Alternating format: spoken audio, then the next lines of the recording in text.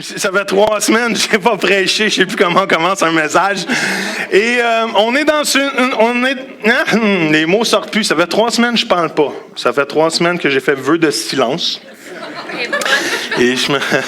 Et ça a fait du bien, mais là, la patate à mâcher est rouillée un peu. Alors, j'espère que vous allez être patient avec moi.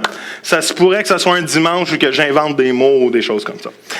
On est dans une série de messages qui s'intitule Non qualifié, all right? Et probablement, vous vous rappelez pas ce que j'ai prêché il y a déjà 3 semaines, 4 semaines et 5 semaines, all right? À part le titre. Ça donne bien, parce que moi non plus. Et j'ai dû relire un peu mes messages. Ah oui, c'est vrai, j'ai parlé de ça. Et on va continuer, on va finir cette série cette semaine. Dans 2 semaines, on va recevoir Pasteur Saïd Oujibou à l'église. Alors, on va avoir lui comme invité. Mais ce matin, on finit la série de messages qui s'intitule « Non qualifié ». 2 versets avant de commencer, c'est nos versets un peu thème. De la série, ensuite, on va lire un verset spécifique à ce matin. 2 Corinthiens 3, 5, 6 dit ceci, en effet, nous ne serions, quoi? Prétendre, on va parler de ça ce matin, accomplir une telle tâche grâce à notre capacité personnelle. Ce que nous sommes capables de faire vient de Dieu. C'est lui qui nous a rendus capables d'être des serviteurs de la Nouvelle Alliance. Qui sait que vous êtes un serviteur de la Nouvelle Alliance ce matin? Si vous ne savez pas à quoi votre vie sert, voici une raison de vivre. Vous êtes un serviteur de la Nouvelle Alliance. 2e verset, 2 Corinthiens 4, c'est le chapitre d'après. Verset 7 qui dit ceci, mais nous portons ce trésor spirituel en nous. Ça, c'est la puissance du Saint-Esprit. C'est le Saint-Esprit lui-même, c'est ses dons. Comme en des vases d'argile pour qu'ils soient quoi? Clairs.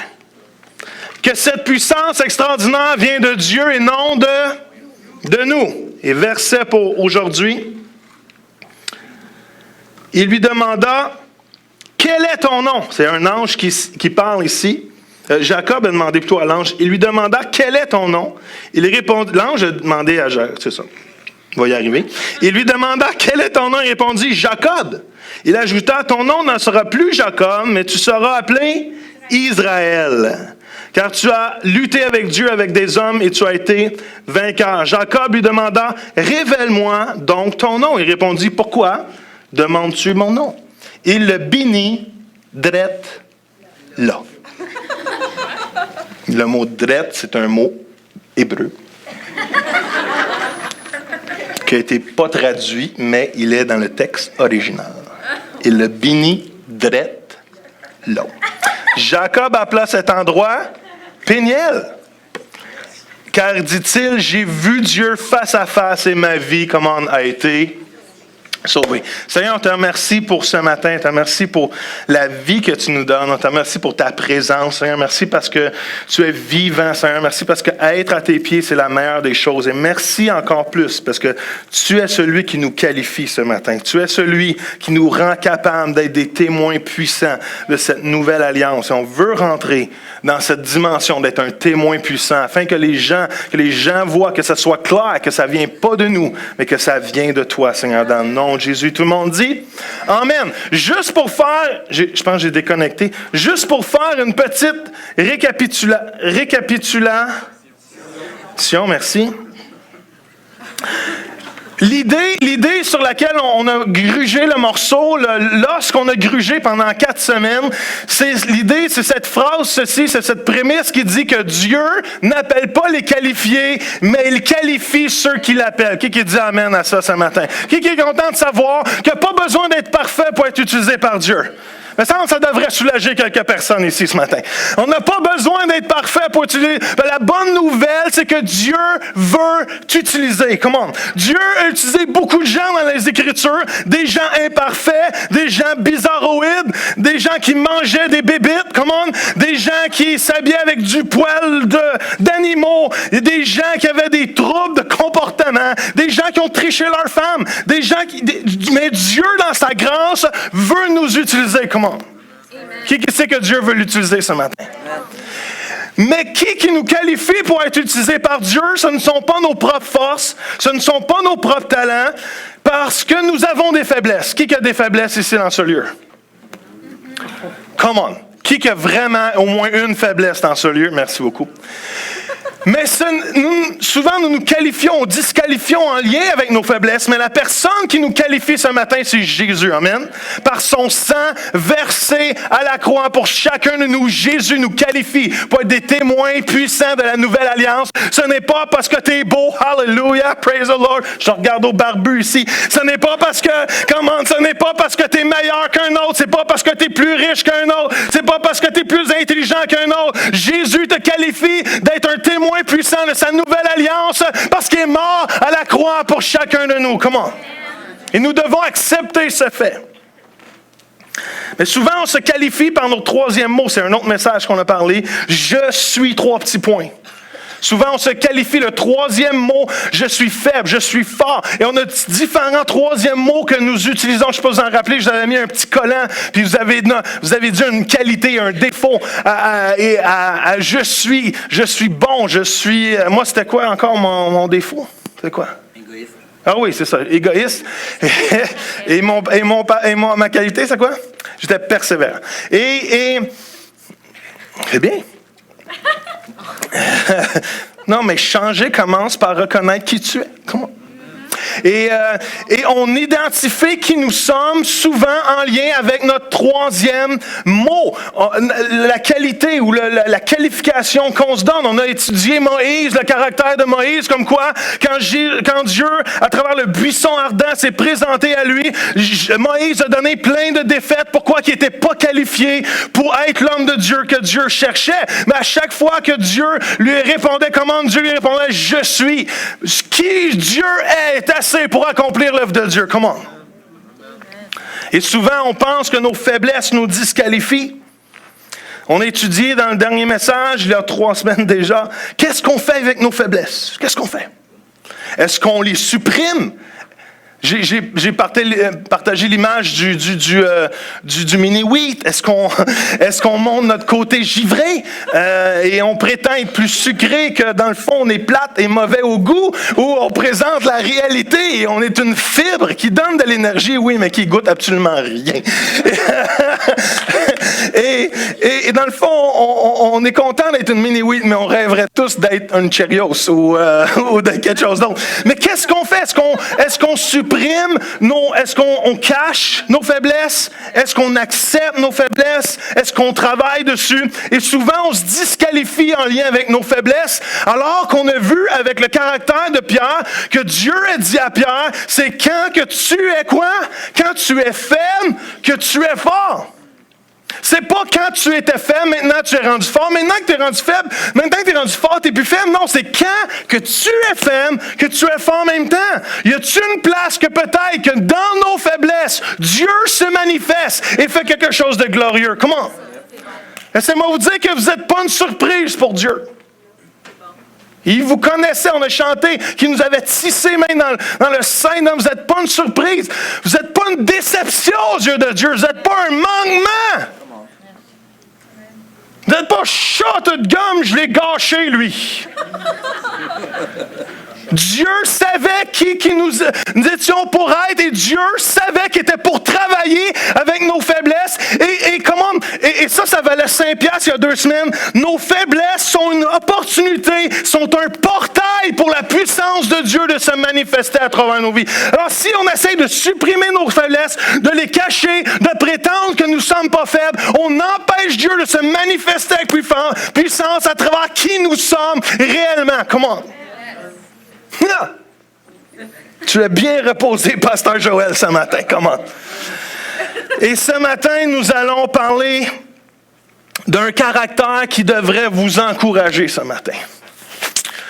C'est le cas étrange, je ne sais pas comment le dire en français, mais The Strange Case of Jacob. La vie étrange et bizarroïde de Jacob. Et s'il y a quelqu'un qui devrait vous encourager ce matin, s'il y a quelqu'un qui va dire, ouais, si Dieu, tu peux l'utiliser lui, tu peux m'utiliser aussi. Parce que Jacob était un cas quand même assez particulier. Jacob avait un caractère assez... Il fait chaud comme à Myrtle Beach ici. Jacob avait un caractère, mais Dieu, dans ses faiblesses, dans les faiblesses de Jacob, honnêtement, là, dans la vie dysfonctionnelle, on va regarder un peu à Jacob juste pour rire de lui tantôt. Et dans la vie dysfonctionnelle de Jacob, Dieu avait un plan pour lui. Comment? Qui dit Amen? Dieu voulait utiliser. Si Dieu est capable de rencontrer Jacob là où il est, si Dieu est capable de rencontrer Jacob au milieu de ses faiblesses, au milieu de sa dysfonction, et de l'établir comme un leader, comme un père d'une nation, laissez-moi vous dire que Dieu peut vous utiliser ce matin. Amen. The strange case of Jacob. Et Jacob, dès le début, ça commence pas bien nécessairement. C'est comme, peut-être que vous savez pas l'histoire complète, mais Jacob, même dans le ventre de sa mère, il se pognait avec son frère. Il y avait comme un genre de combat ultime avec Ésaü, et il y avait déjà un combat pour qui va sortir le premier, qui va être le premier, et Jacob a toujours eu ce désir-là d'être le premier. Et même quand Jacob est né, ça a l'air qu'il tenait le talon de son frère. C'est drôle, hein? Imagine-toi naître en tenant le talon de son frère. Et déjà, ses parents lui ont collé un troisième mot. Jacob. Son nom va être Jacob. Son nom va être celui qui tient le talon. Le nom Jacob veut dire celui qui tient le talon. Et ça veut dire celui qui trompe, celui qui... Je vais vous montrer un mot qui existe vraiment. Usurper. Dites-le avec moi. Usurper. Et celui qui usurpe est un usurpateur. Right? C'est le fun. Et Jacob, on l'a appelé Jacob le trompeur, l'usurpateur, l'imposteur, celui qui prétend. Imaginez-vous, ils viennent de naître et on lui colle déjà un troisième mot qui le disqualifie. Comment? Déjà à sa naissance, on commence à proclamer sur sa vie qu'il est un usurpateur, qu'il est un trompeur. Ils viennent juste de naître. Et on commence à prophétiser négativement qui Jacob va devenir. Wow! Jacob, l'usurpateur. Je pense que Jacob n'a jamais vraiment pris d'arriver deuxième au bout de l'utérus. Je l'ai dit. C'est un vrai mot, c'est biologique, c'est dans le dictionnaire, c'est une vraie partie du corps. Right? Jacob n'a jamais pris l'idée d'arriver deuxième. Et savez-vous quoi? Un des problèmes avec Jacob et Ésaü, c'est qu'ils ont été élevés avec des préférences. Le problème, c'est que les parents de Jacob ont marché dans les préférences. Même la Bible va dire que Isaac aimait Ésaü et que Rebecca aimait Jacob. Au moment de leur naissance, dès leur jeune âge, ils ont été appris à vivre en n'étant pas assez suffisants pour un autre parent. Dès leur jeune âge, dès Jacob a appris qu'il n'était pas assez pour son père, qu'il n'était pas assez le winner, qu'il n'était pas le premier, qu'il n'était pas assez le gagnant pour être le premier, celui qui doit être béni, celui qui doit amener le futur de la famille. Et Jacob et Ésaü ont commencé à vivre avec un sens d'insécurité. Un sens de ne pas être assez, d'un sens de ne pas être assez qualifié pour être aimé par l'un d'autre. C'est ça. Par l'autre de ses parents. Et laissez-moi vous donner un truc ce matin. Il y a des nouveaux parents dans la salle. Il y a des futurs parents dans cette rangée. Et laissez-moi vous donner un truc pour être sûr d'élever un enfant insécure et un adulte insécure. Commencez à préférer un de vos enfants plus que l'autre. Et je vous garantis, vous allez élever des adultes insécures qui vont développer des comportements et des mécanismes pour essayer de trouver l'amour et l'acceptation dans plein d'endroits qu'ils ne devraient pas trouver parce qu'ils sentent qu'à vos yeux, ils ne sont pas assez. Est-ce que vous me suivez? J'ouvre une parenthèse. Mais laissez-moi vous dire que c'est tellement important en tant que parent, en tant que futur parent, de bâtir vos enfants et de ne pas leur donner un troisième nom qui n'est pas le leur à porter. Oui, mais mes enfants ont des faiblesses. C'est vrai. Mais j'ai une bonne nouvelle pour vous, c'est les vôtres. Vous ne voyez pas dans vos enfants? Non? Allô? Y a-t-il quelqu'un? Vous ne voyez pas dans vos... Bon, je parle à ceux qui ont des enfants. Moi, je me vois. Je me vois dans mon fils. Je vois comment il est parfait. Je me vois dans mon fils.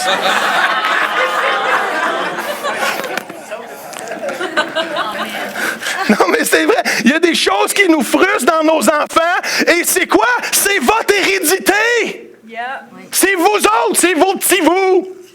Vos petits vous. Come on, laissez-moi vous dire ce matin, je m'en vais à gauche pour 2 secondes, mais ça me tentait. Parce que je trouvais ça tellement important. Aimez vos enfants pour qui sont, dans leur identité propre. Ne les comparez pas à l'autre si l'autre a un d'autres talent que l'autre n'a pas. Dieu nous aime, qui nous sommes, dans qui nous sommes. Il ne nous compare pas avec les autres. Comment? Et vous avez... je ne sais pas que vous applaudissez, mais on a la capacité de... Écoutez-moi bien, là. Oui. Arrêtez d'applaudir, c'est pas le temps. Peut-être pas. Mais on a la capacité de propulser nos enfants dans l'appel de Dieu sur leur vie, mais on a la capacité aussi d'élever des enfants qui vont être obligés de prétendre d'être quelqu'un d'autre pour être acceptés de leurs parents ou de leur entourage. Comment? Et c'est tellement important, frères et sœurs, qu'on bâtisse les gens autour de nous avec un troisième mot. Imaginez-vous Jacob. Vous savez comment c'était important les noms dans ce temps-là? C'était important les noms. Des fois plus qu'aujourd'hui. Il y a déjà un parent qui a appelé sa fille Déneige la porte. C'est pas une joke, c'est vrai. Je suis pas assez intelligent à créer des jokes comme ça. C'est des faits réels. Des fois, on ne met pas assez d'importance sur les noms. Dans ce temps-là, il mettait beaucoup d'importance. Et quand Jacob se présentait, c'était son identité qui venait avec. Bonjour, moi, c'est l'usurpateur. Hey, I want to be your friend.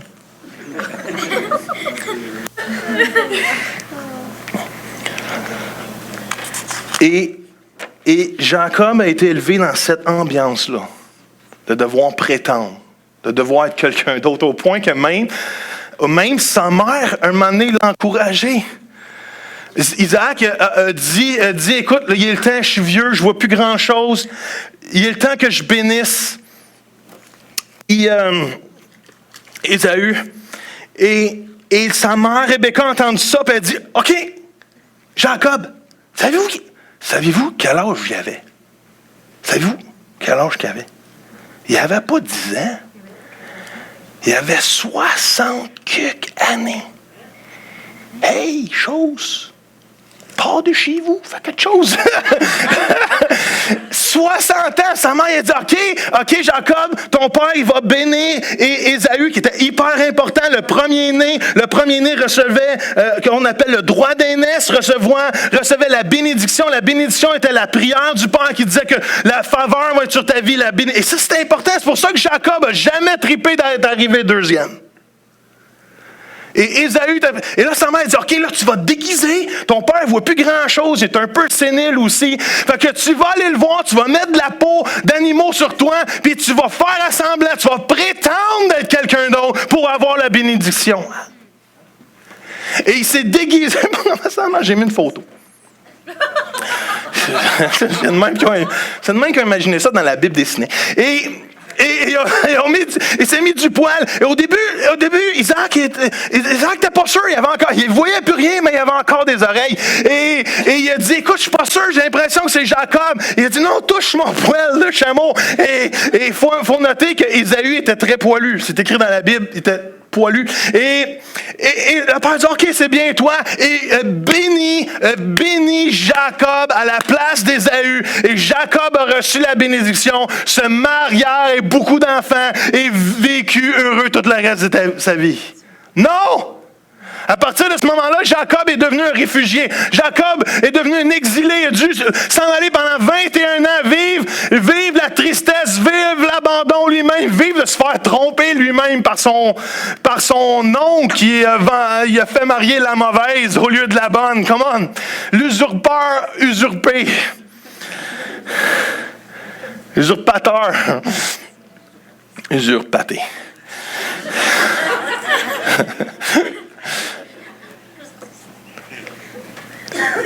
Et Jacob a dû prétendre pour recevoir une bénédiction. Ça finit pas là. Écoute, Jacob, il n'a vraiment pas trippé de finir deuxième. Même avant, j'en parlerai pas longtemps, mais ça, c'est la pire transaction qui n'est pas arrivée sur la planète Terre. Un moment donné, Ésaü arrive de la chasse, il n'a probablement rien pogné, comme la majorité des gens de l'Église qui vont à la chasse au mois de septembre. Et ils sont pas là pour gérer d'eux, mais c'est pas grave. Et Ésaü, écoute, j'ai faim, je vais mourir de faim. Là, l'expression est arrivée, je vais mourir de faim. Et Jacob était bon cuisinier. Jacob était toujours sur le site de Ricardo. Et il était bon cuisinier. Et Jacob, il dit, OK, je te donne une soupe, mais tu me donnes ton droit d'aînesse en échange. La pire transaction qui est jamais arrivée sur la planète Terre. C'est comme, imaginez-vous 2 secondes, c'est comme si Marc Bergevin échangerait Piquet Souben. Ça n'arrivera jamais! Ça serait la pire transaction qui pourrait jamais... Ah, c'est arrivé. Et Jacob a prétendu être quelqu'un d'autre toute sa vie en espérant d'avoir une bénédiction humaine. Laissez-moi vous encourager ce matin que vous n'avez pas besoin de prétendre d'être quelqu'un d'autre pour avoir la bénédiction de Dieu ce matin. Laissez-moi vous dire ce matin que Dieu ne bénit pas qui tu prétends être, mais Dieu aime bénir qui tu es réellement. Dieu n'a aucune intention de bénir qui tu prétends être parce qu'il sait que c'est pas toi. Il sait que c'est pas vrai. Il sait que tu prétends quelque chose. Il sait que tu agis d'une façon qui n'est pas ta réalité. Ce que Dieu veut bénir, c'est ton vrai toi. Avec ses faiblesses. Avec son égoïsme.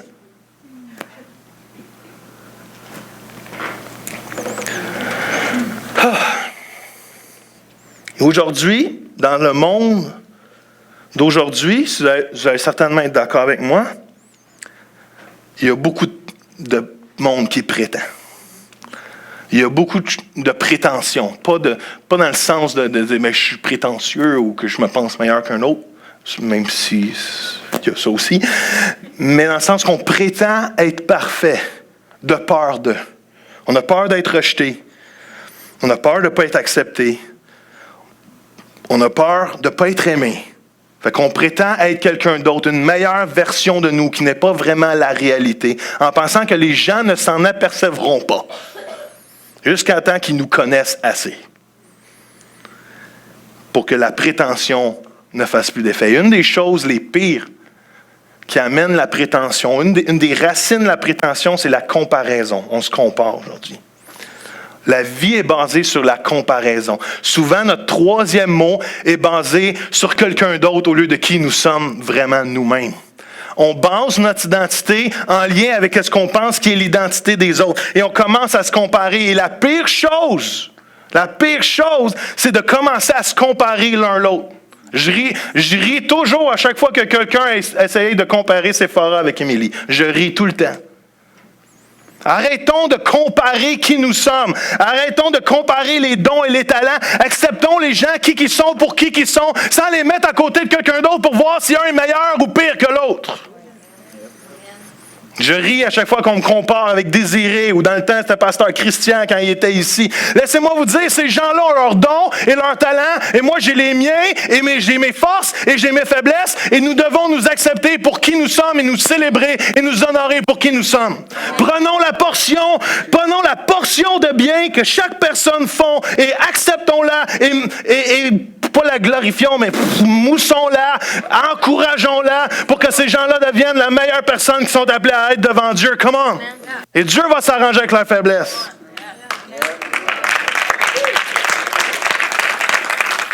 C'est ça que ça fait 3 semaines de vacances. Et la pire chose, c'est se comparer. Laissez-moi vous dire.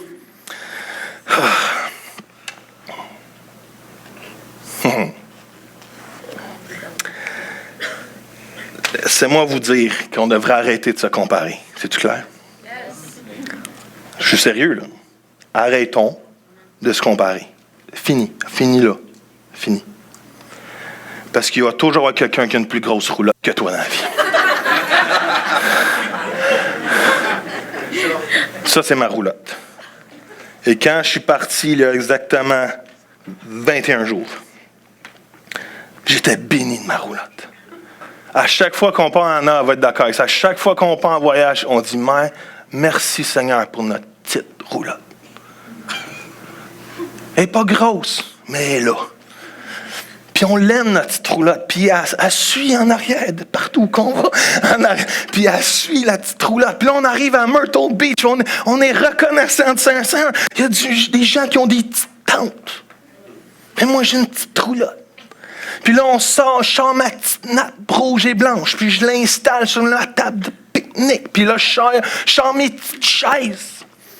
Puis là, je m'installe dans ma petite chaise. Puis là, on est content, on est béni, on est en vacances. Il y a des gens qui ne peuvent pas faire ce qu'on fait. Puis on est béni, on est reconnaissant. On aime notre petite roulotte. Puis là, quand je suis assis dans ma petite chaise, je vois-tu pas ça passer?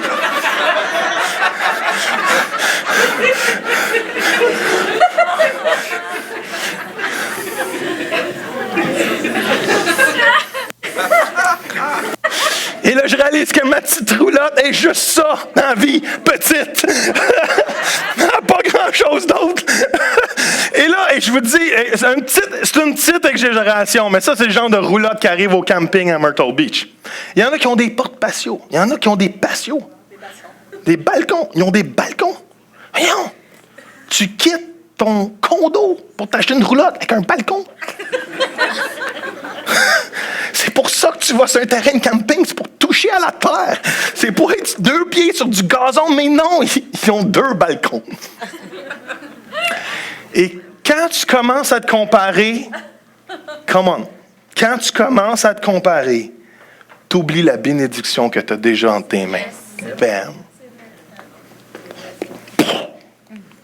Et là, tu dis, oh, mais si on m'a toujours enseigné qu'acheter un billet de l'auto, c'était péché. Mais mettons que personne ne le sait. Puis je gagnerais.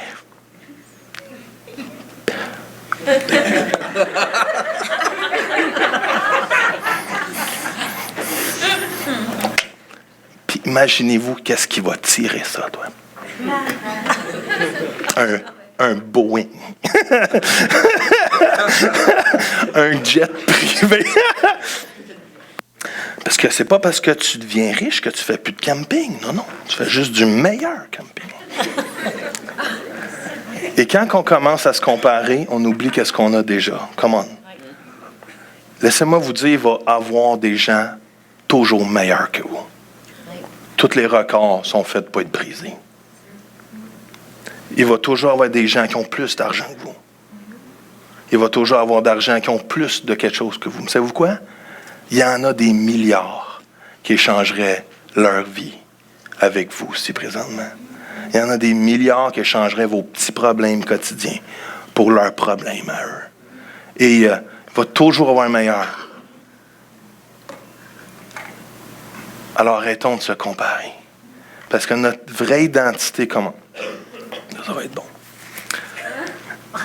Notre vraie identité ne vient pas de ce qu'on pense que l'autre est meilleur ou pire. On se compare avec pire pour se valoriser. Hein? Tu as vu, lui? Tu as vu, moi, je me compare pas autant que lui se compare.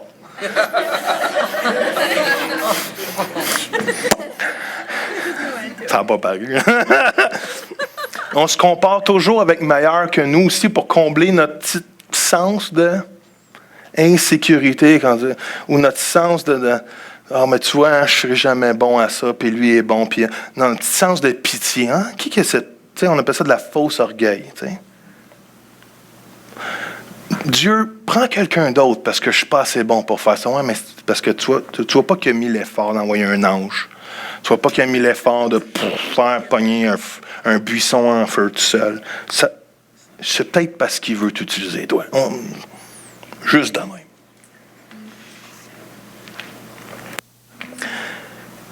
Ah, c'est ça que je voulais dire. Quand Dieu nous regarde, come on, je vais vous laisser languir un peu. Quand Dieu nous regarde, quand Dieu regarde à notre identité qui nous sommes, il ne regarde pas aux autres à côté pour avoir une ligne de barème pour savoir si t'es meilleur ou les autres ou pas. Come on. Dieu, quand Dieu me regarde, il ne regarde pas aussi à Grant à côté ou à Sam à côté, MacDoug Vachon. Et je dis, t'es pour sortir.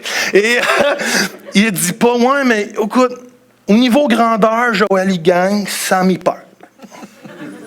Au niveau talent, Grant il gagne, Joël il perd. Au niveau richesse, ils perdent toute la gang. Dieu compare pas.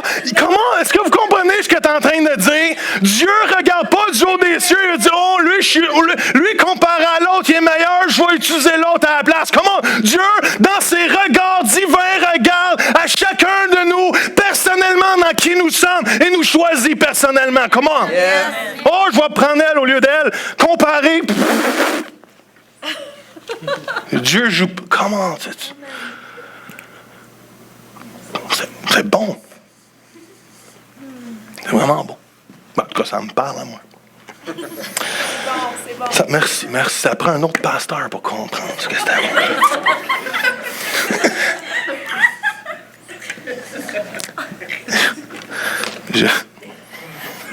Juste un débordement d'énergie, là, c'est tout. All right. Le succès aux yeux de Dieu n'est pas d'être meilleur, mais de devenir la personne que Dieu t'appelle à être. Comment? Le succès devant les yeux de Dieu n'est pas d'être devenir la meilleure personne, mais de devenir la personne que Dieu t'appelle à être. Comment? Arrêtons-nous. Et savez-vous quoi? C'est un des pires péchés de l'Église, c'est de se comparer. Dans le leadership, on se compare tout le temps. Et ça ne devrait pas être. On se compare toujours. Le leadership, les pasteurs se comparent toujours sur leurs chiffres. Oh, tu es rendu à combien de personnes dans l'église? 90? Et on pense qu'on est un bon leader par le nombre de personnes qu'on a dans notre église. Come on. Pas parce que tu as plus de personnes dans ton église que tu es un meilleur leader. Pas parce que tu en as moins que tu es un meilleur leader. Tout le monde en veut plus. Mais on devrait arrêter de se comparer. Et je pense que ça, c'est un des points du message. Arrêtons de se comparer. Je pense que, il n'était pas officiel, là, mais là, on va le rendre officiel. Arrêtons de se comparer. Arrêtons de se comparer. Bon. Pourquoi qu'on ne devrait pas se comparer? Bien, c'était mon punch que j'ai volé tantôt. C'est parce que la plénitude de Jésus est en moi. Et j'ai rien à prouver à personne. Colossiens 2, 9, 10 va dire ceci, car tout ce qui est en Dieu a pris corps, quoi? Dans le Christ. Est-ce que vous me suivez? C'est un peu un calcul mathématique ici. Tout ce qui est en Dieu a pris corps dans le Christ et habite pleinement en lui. Tout ce qui est en Dieu a pris corps dans le Christ et habite complètement en lui. Et c'est par lui que vous avez tout reçu pleinement. Comment? C'est bon ou c'est pas bon, ça? La Bible est bonne quand même. Tout ce qui est Dieu. Écoute, je ne peux même pas décrire Dieu comme il faut. Je pourrais même pas, les meilleurs, je l'ai dit dans un message, les meilleurs qualificatifs ne peuvent même pas commencer à décrire qui Dieu est vraiment. Comment? Et tout ce que Dieu est en Jésus. Et Jésus est en moi. L'arbre est dans ses feuilles, Marion. Elle n'était pas dans mes notes, celle-là, mais elle était bonne. Vous comprenez? Tout, tout ce qui est en Dieu est en Jésus. Et Jésus est en moi. Et la plénitude de Dieu vit en moi. Alors, qu'est-ce que j'ai à prouver ou à essayer de me comparer avec quelqu'un d'autre? Parce que la plénitude de Dieu est en lui aussi. Alors, arrêtons.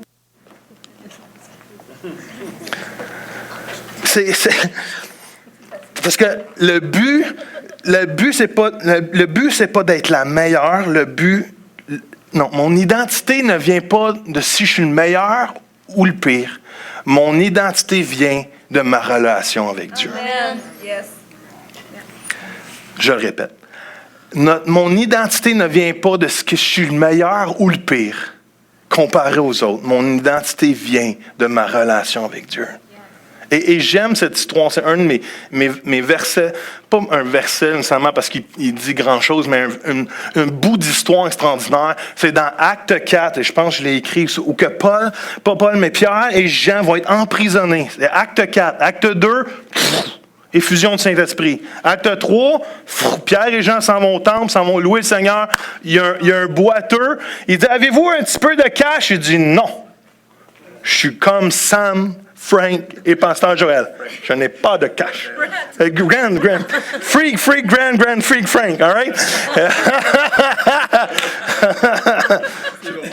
Ta nouvelle identité. Et c'est quoi je disais avant que je m'interrompe? Ah oui, Pierre Jean s'en vont au temple. Worship le Seigneur. Hallelujah. Le boiteux, il a dit, hey, peux-tu avoir un peu d'argent? Il dit, je n'ai ni argent, ni or. Mais ce que j'ai, je te le donne. Pam! Au nom de Jésus, marche. Come on. Et acte 4, acte fin de 3, Pierre prêche, des gens sont sauvés, 2-3 000 personnes. Et à fin de acte 3, ils se font emprisonner. Acte 4, passent devant le Sanhédrin, ils se font poser des questions, ils sont impressionnés. Voici le verset au verset 13, ça dit, lorsqu'ils virent l'assurance de Pierre et de Jean, ils furent étonnés, car ils savaient que c'était des hommes du peuple sans instruction, et ils les reconnaissaient pour avoir été avec Jésus. Mais comme qu'ils voyaient debout avec eux l'homme qui avait été guéri, ils n'avaient rien à dire. Come on. Come on. Pierre et Jean étaient des non-qualifiés. Alors, aux yeux du Sanhédrin, aux yeux des chefs religieux, aux yeux des connaisseurs du temps, Pierre et Jean étaient non-qualifiés. C'était des gens du peuple, c'était pas des rabbins. Ils n'avaient pas le droit de faire ce qu'ils faisaient. Ils n'avaient pas le droit de dire ce qu'ils disaient. Ils n'avaient pas le droit de guérir les gens parce qu'ils étaient non qualifiés. Mais quand ils ont vu ce qu'ils faisaient, ils disent comment? Ils ont reconnu qu'ils avaient été avec Jésus. Comment? Ce n'est pas moi qui me qualifie, c'est Jésus qui me qualifie. Comment? Pierre et Jean étaient des gens du peuple, étaient des non-qualifiés, étaient des non-instruits. Aucun collège biblique, étaient des pécheurs. Mais Jésus les a qualifiés. Comment? Et qu'est-ce qu'il a fait? Arrêtons de prétendre. Parce que de nos propres forces, on ne peut pas accomplir ce que Dieu nous a appelé à accomplir. Yes. Arrêtons de prétendre d'être quelqu'un d'autre. Soyons qui nous sommes et laissons la gloire de Dieu se manifester à travers nous. Quand je suis faible, c'est alors que je suis fort. J'ai une question pour moi et pour vous. Est-ce que vous êtes reconnu pour une personne qui était avec Jésus?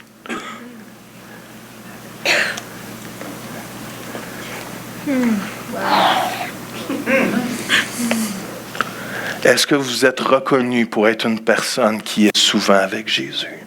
Pas à l'église, pas dans des activités d'église, mais est-ce qu'on est reconnu pour être souvent avec Jésus? Je veux m'asseoir à tes pieds. Est-ce que je suis reconnu? Parce que ma qualification ne vient pas de mes dons, de mes talents. Et ma disqualification ne vient pas de mes faiblesses ou des incapacités. Ma qualification vient du fait que je suis avec Jésus. Et quand je passe du temps avec lui, je requalifie. Comment? Et quand je passe encore plus de temps, je surqualifie. Comment? Puis quand je passe encore plus de temps, je suis une bombe à retardement. Je suis ISO 9002. Je suis certifié royaume de Dieu. Comment? Yes. Parce que la vie chrétienne, c'est de passer du temps avec Jésus. Amen. La vie chrétienne, c'est pas d'être parfait. La vie chrétienne, c'est de représenter Jésus le mieux possible. Comment? Et je suis pas parfait. Et je suis content que l'Église change, parce que dans mon jeune temps, il fallait être parfait. Il fallait être parfait. Si tu avais des défauts, tu n'étais pas qualifié pour le ministère. Fait que c'est quoi tu faisais, Frank? Ben, tu faisais semblant d'être meilleur. C'est pour ça que dans mon jeune temps, les pasteurs n'avaient pas le droit d'avoir de faiblesse. Parce qu'en plus, ils prêchaient de ne pas avoir de faiblesse. On devait être parfait. Pas de télé, pas de tatou, pas de barbe, pas de... rien. Il fallait être parfait. On n'allait même jamais aux toilettes, je pense.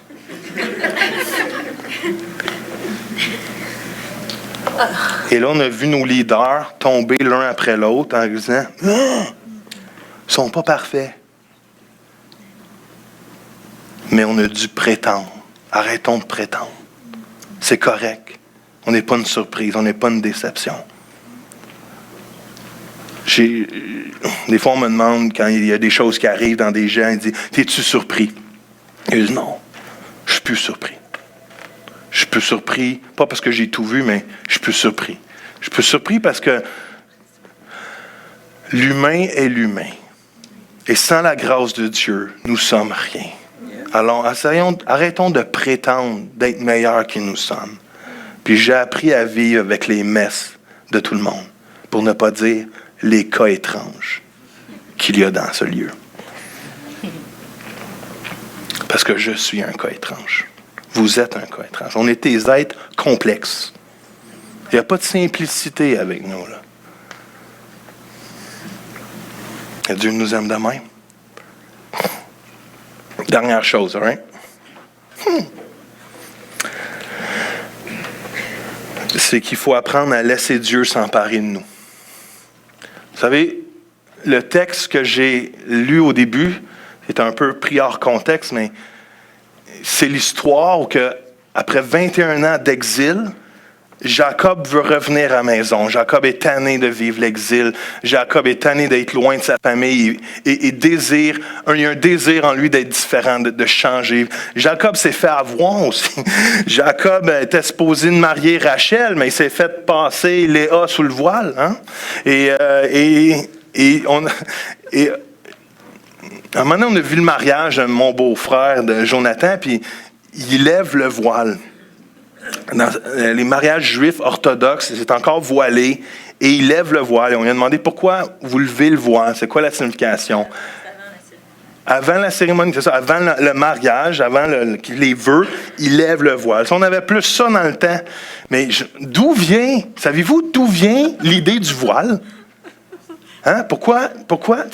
Aujourd'hui, on n'a plus de voile. Mais dans le temps, il y avait des voiles dans nos parents. Hein? Il y a des voiles? Oui. Ah oui, ma mère dit oui. C'est un fait historique. Et dans ce temps-là, il y avait des voiles. Et la tradition juive est la même encore aujourd'hui. Je dis, pourquoi cette tradition-là? Mais il dit, c'est simple, c'est à cause de Jacob. J'ai dit, t'es pas sérieux? Encore pas 4-5 000 ans après, il y a une tradition juive de ville-voile parce qu'il veut être sûr de ne pas se faire passer une autre femme sous le voile.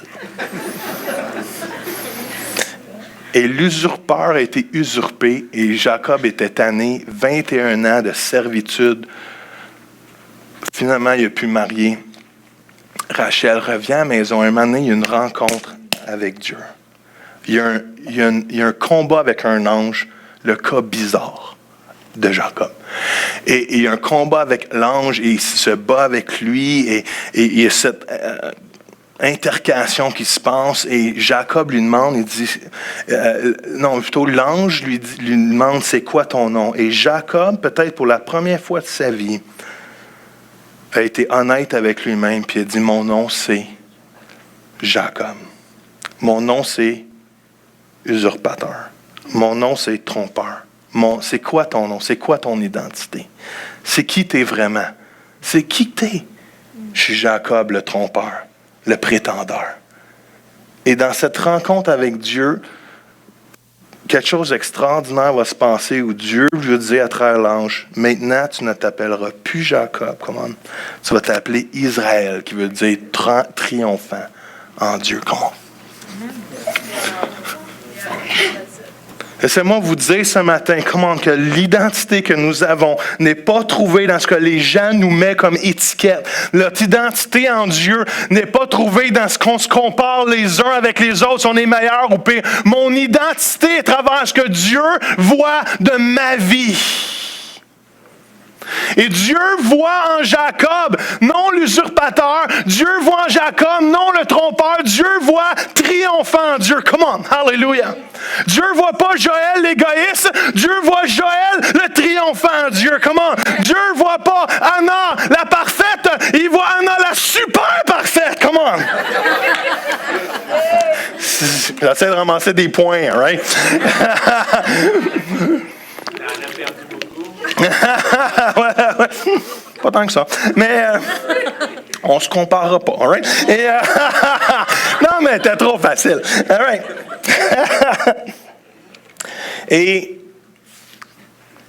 Jacob n'a pas arrêté d'être Jacob, mais à travers les yeux de Dieu, Dieu le voyait, Israël triomphant. Yes. Avez-vous remarqué que Dieu s'appelait le Dieu d'Abraham, d'Isaac et de Jacob? Dieu n'était pas déçu de Jacob. Dieu n'a pas arrêté de vouloir s'associer avec Jacob. Mais à travers ses yeux divins, Dieu ne voyait pas l'usurpateur. Il voyait le triomphant Dieu. Comment? Amen. Wow. Et même si vous allez toujours, Didier va être Didier. Avec ses forces et ses faiblesses. Jade va toujours être Jade. Ça ne veut pas dire, comme j'ai dit dans le dernier message, qu'il n'y a pas des faiblesses, qu'on ne doit pas travailler dessus, que Dieu ne veut pas changer. Mais qui nous sommes, foncièrement, reste pas mal qui nous sommes.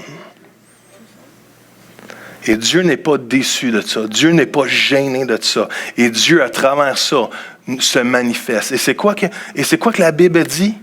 Il le bénit drette. Là. Ça, tu ne peux pas dire ça en anglais. C'est juste un message en français. Ça. Il le bénit drette là. Est-ce que vous comprenez? Ce que Jacob a essayé d'avoir toute sa vie en prétendant, Dieu lui a donné gratuitement le jour qu'il a été honnête avec lui-même. Amen. Wow. Yes. Ce que Jacob a toujours essayé d'usurper à quelqu'un d'autre, d'avoir par ses forces humaines, Dieu lui a donné gratuitement. On n'a pas besoin de prétendre pour avoir la faveur de Dieu, frères et sœurs. Comment? On n'a pas besoin de prétendre pour avoir. Vous n'avez pas besoin de prétendre d'être parfait pour que Dieu vous aime plus. Soyez honnête avec qui vous êtes. On aime David. Pourquoi? Parce qu'il était capable de crier sa vie devant Dieu. Dieu, je suis un homme de péché. Ne retire pas ton Esprit Saint de moi. Pardonne-moi. David criait à Dieu dans une honnêteté, des fois désarmante. Mais David aussi savait que Dieu ne rejette pas un esprit contrit et abattu. Wow! Philippiens 3, 12-14, dernier verset, je ne m'étendrai pas là-dessus, mais je trouvais que ça fitait tellement avec le message. Ce n'est pas ce que j'ai déjà remporté le prix ou que j'ai atteint la perfection. Ce n'est pas que j'ai déjà remporté le prix ou quoi, j'ai atteint quoi? Y a-t-il quelqu'un qui a atteint la perfection ici? Mais je cours pour tâcher de quoi? De m'en emparer, le prix. Puisque de moi aussi, Jésus s'est emparé. Est-ce que Jésus s'est emparé de vous, frères et sœurs? Frères, c'est ça. Frères et sœurs, je n'estime pas m'en être moi-même déjà emparé, mais je fais une chose. Oubliant ce qui est en arrière, me portant vers ce qui est en avant, je cours vers le but pour remporter le prix de l'appel céleste de Dieu en Jésus-Christ. Dieu n'appelle pas des qualifiés, mais il qualifie ceux qui l'appellent. On va juste pencher nos têtes quelques instants. Hallelujah, Jesus.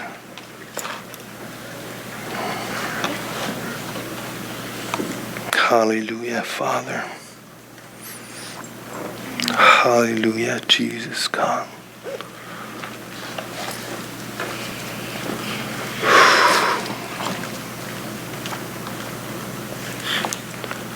Hallelujah, God.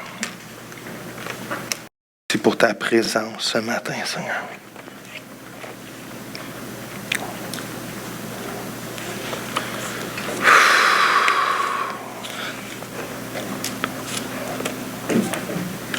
Hallelujah, Jesus, God.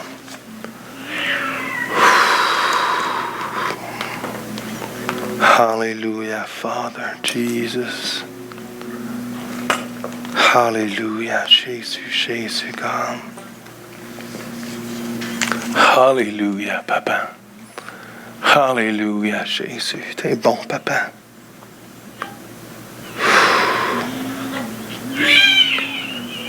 Je sais pas si je peux jouer, je veux m'asseoir à tes pieds.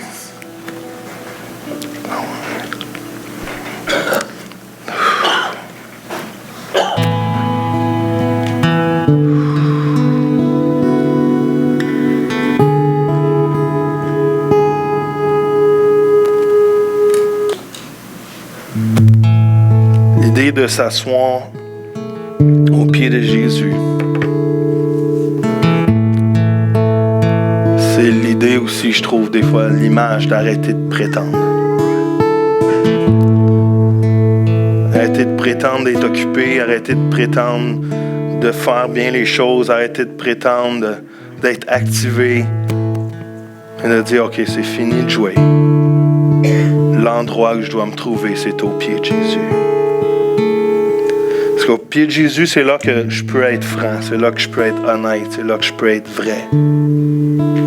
Au pied de Jésus, c'est là qu'est l'endroit sécure où que je peux enlever mes masques et être authentique et ouvrir mon cœur et partager mes forces et mes faiblesses, mes réussites et mes échecs. Parce qu'en Jésus, on a la pleine sécurité d'être aimé. Il est notre forteresse, il est notre haute retraite, il est les ailes sous lesquelles je me cache.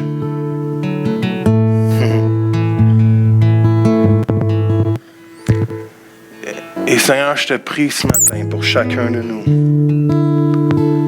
qu'on puisse arrêter de prétendre pour avoir une bénédiction, mais d'être vrai et de recevoir la vraie bénédiction qui vient de toi. Je te remercie, Seigneur, que tu n'appelles pas les qualifiés, mais que tu qualifies ceux que tu appelles.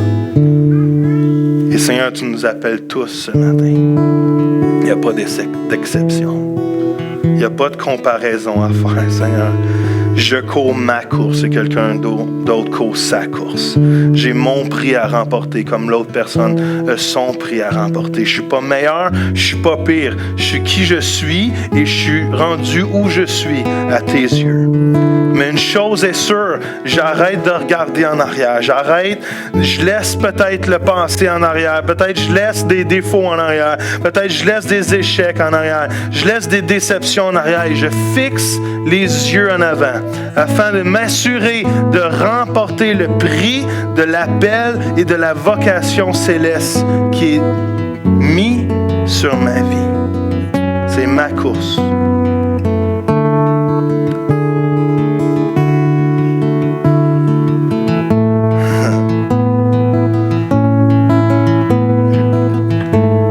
J'ai toujours aimé la phrase de... Comment elle s'appelle? Joyce Meyer. Qui dit, I'm not there yet, but I'm on my way. Je ne sais pas pour vous, mais I'm not there yet. La perfection, je ne l'ai pas atteint. J'ai des faiblesses, j'ai des fautes, je fais des erreurs, j'ai des qualités, j'ai des réussites, j'ai des bons moments. I'm not there yet, but I'm on my way. Vous avez des moments où vous n'êtes pas fiers plus que vous. Peut-être vous dites, Joël, fou, être avec Jésus. Ça fait longtemps. Il y a des moments qu'on n'est pas fiers de nous, mais arrêtons de nous comparer. I'm not there yet, but I'm on my way. Je suis pas rendu, mais je suis en chemin. Arrêtons pas. Ne nous disqualifions pas nous-mêmes à cause de nos troisièmes mots dans nos vies ou de nos qualificatifs ou à cause de notre passé. Ne nous disqualifions pas à cause de notre passé. Ne nous disqualifions pas à cause de nos connaissances. Ne nous disqualifions, c'est ça, à cause de nos capacités, nos études, notre compte en banque. Jésus est celui qui me qualifie. I'm not there yet, but I'm on my way. J'ai trop vu de gens vouloir servir Dieu, mais d'arrêter à un moment donné parce qu'ils ne se sentaient pas à la hauteur. Et je vais être franc avec vous, des fois, Pasteur Joël ne se sent pas à la hauteur. Pasteur Joël ne se sent pas qualifié pour accomplir ce que Dieu semble vouloir faire avec sa vie. Pasteur Joël ne semble pas des fois avoir tous les dons, les talents, les qualités, les expressions, les dons pour accomplir, mais je ne dois pas me comparer à quelqu'un d'autre. Je me compare pas avec Claude Hood, je me compare pas avec Joyce Meyer, je me compare pas avec Bill Johnson, je me compare pas avec Tiger Woods. La seule chose qui importe, c'est ma relation avec Dieu et d'être la meilleure image de Jésus que je pourrais pas être.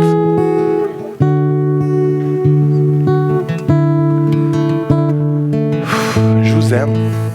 Vous êtes merveilleux. Vous savez que si, en tant qu'Église, on marche dans l'authenticité, on va voir la gloire de Dieu se manifester. Parce que Dieu a dit, arrêtez de prétendre.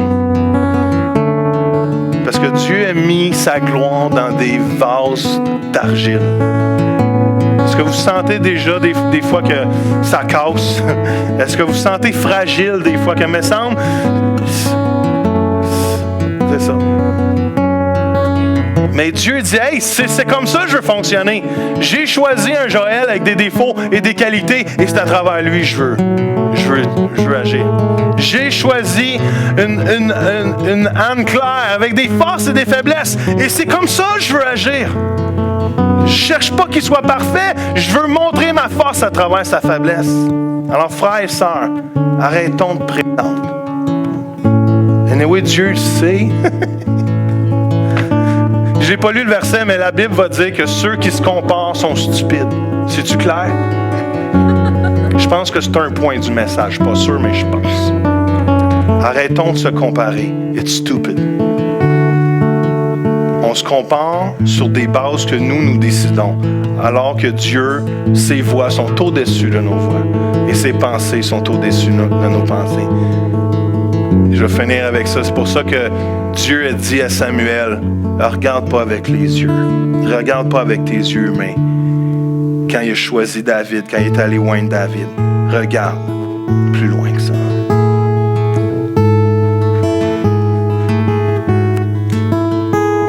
Seigneur, on va juste te demander de nous saisir ce matin. Saisis-nous.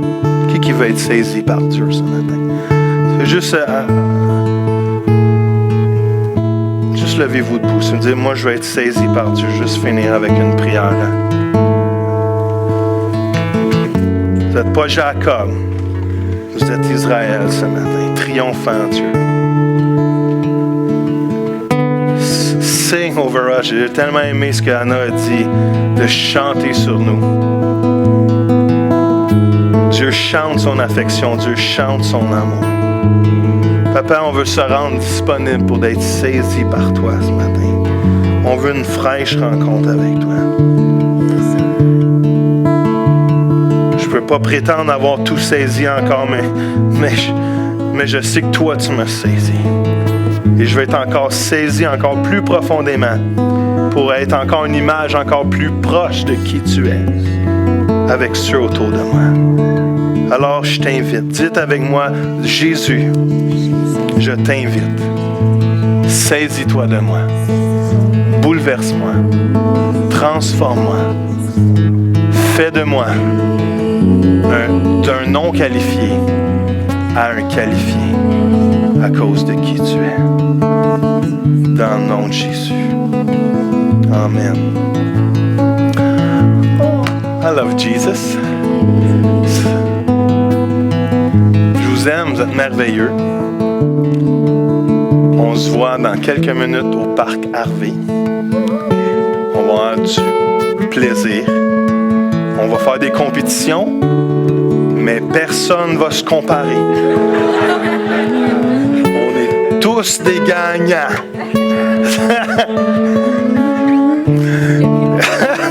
Ouais, c'est ça. Dis le gars compétitif. J'allais me connaître trop.